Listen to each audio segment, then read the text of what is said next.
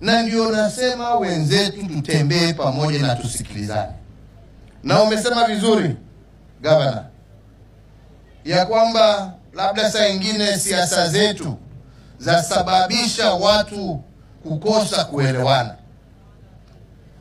Mtu haoni mwenzake yale ambaye anafikiria kwa sababu siasa imetugombanisha. Nashukuru sasa sana ya kwamba tumekuja pamoja.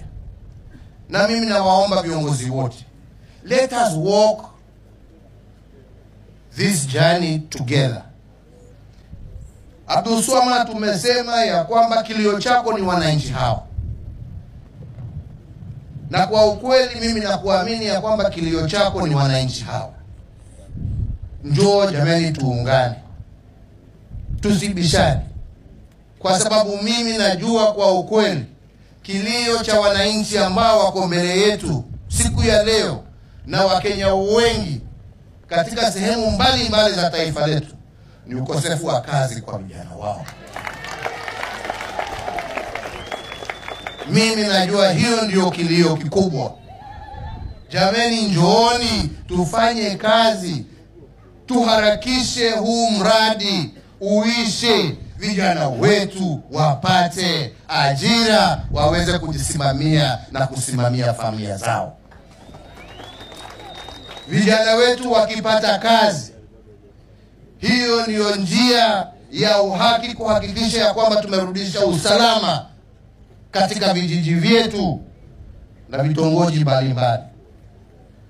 Tukiwa na vijana wetu wakiwa kwa kazi, hiyo ndiyo njia ya kuhakikisha ya kwamba tumepambana na dawa za kulevya na madhambi mengine mengi ambayo imeingiana na watoto wetu. Na mimi sina shaka huu ni mwanzo sio tu wa kazi, lakini ni mwanzo wa kupambana na hizo tabu zingine ambazo wananchi wetu wanakumbwa nazo. Na hiyo ni juu ya zile zingine ambazo viongozi wenyewe wametaja, na mimi sitaki niarudie. Wenzetu, haja yetu ni kazi. Haja yetu ni tubadilishe nchi yetu. Hii barabara ikiisha ni kumaanisha ya kwamba wananchi wa Kenya hawatakuwa wanategemea feri. Sasa kutakuwa barabara ya kuvuka mpaka upande ule mwingine. Hao ni namna gani wakina mama? Si hiyo ndiyo kazi jameni? Si hiyo ndiyo kazi?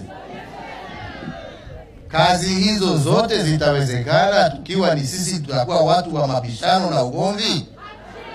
Kazi hiyo yawezekana kwa sababu tuwakaa kama viongozi kwa meza na kujadiliana na kutatua shida na kusongesha taifa letu mbele.